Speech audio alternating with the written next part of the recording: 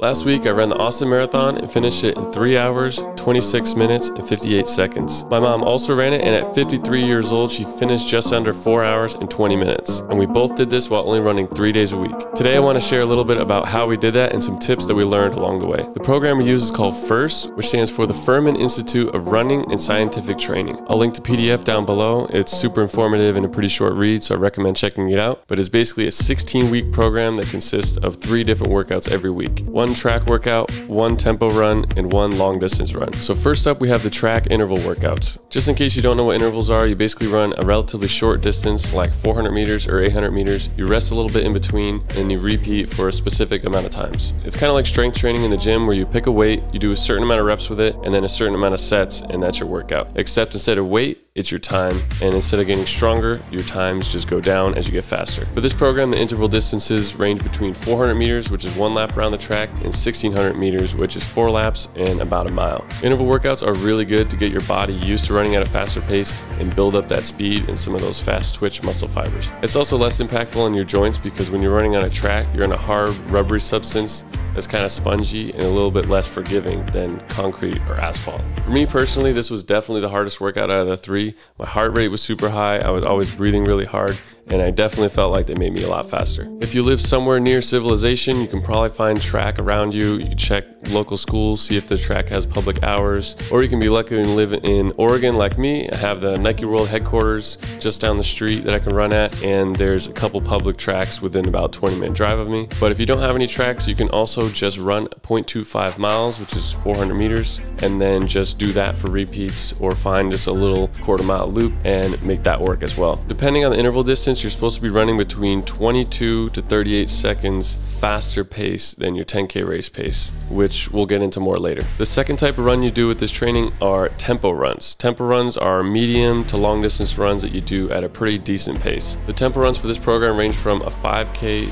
to a 16-kilometer run, which is about 10 miles. And for the medium to long ones, you want to run them about 10 to 20 seconds slower than your 10K race pace. I tried to run mine at or a little faster than my marathon race pace goal, which for me was about 7:40 to 8 minutes a mile. And for the really short tempo runs like the 5Ks or the 5 milers, I just did them as fast as I could and usually tried to stay under 7 minutes a mile. And last but definitely not least, we have the long runs. Long runs are an absolute must if you're going to be running a marathon. I mean, if you're going to run 26.2 miles, you're going to have to get used to running for long periods of time. The long runs in this program range from 16K, about 10 miles, up to 32 kilometers, which is around 20 miles.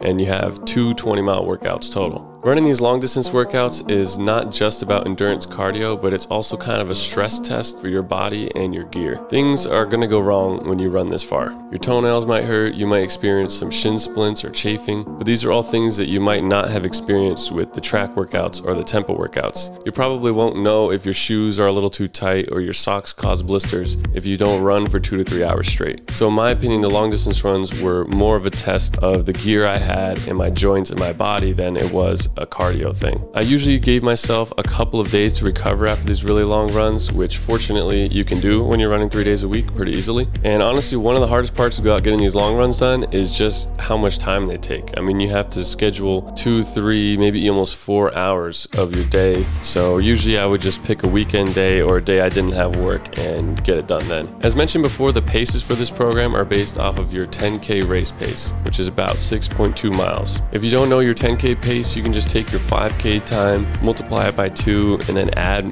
maybe 10 to 20% on top of that, or just go run a 10K as fast as you can and work off of that. I wouldn't beat yourself up too much if you can't beat the paces that are set up in the workout, because some of them are pretty fast, especially for the long runs. According to the program, you want to do your long distance runs between 38 and 45 seconds a mile slower than your 10K race pace. So for example, for me, I could run a 10K at about 7-minute pace or maybe a little bit faster, which means I have to do the long distance runs at around a 7:45 pace. And for me, running 20 miles at a sub 8-minute pace is pretty tough, especially when I was training, and I honestly actually usually didn't hit that when I was at like 15 miles or more. So, you know, just try your best with the long runs, but it is just 3 days a week, so you want to ideally push yourself with those long runs. But if it's your first marathon or one of your first marathons, I wouldn't stress too much if you can't hit the pace goals. This program also calls out cross training as being really important, and since you're only doing 3 days a week of running, it calls for 2 days a week of hard cross training. You can do some strength training in the gym, cycling, rowing, boxing, or whatever you're into. Ideally, it's something that's not a huge stressor on your joints like your knees and your ankles, because they'd be getting enough impact from the running that you're doing. I personally cross-trained with jiu-jitsu classes,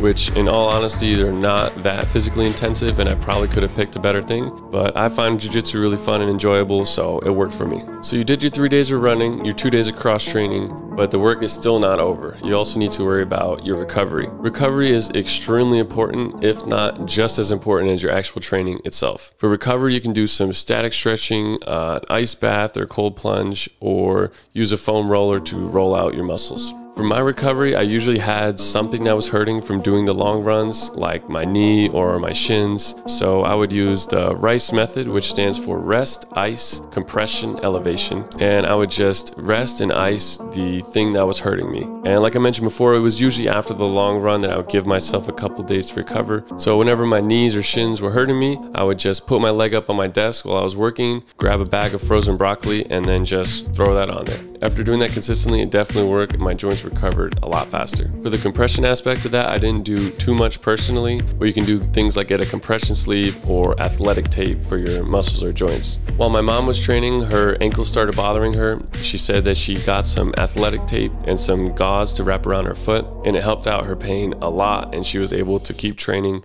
and recover a lot better.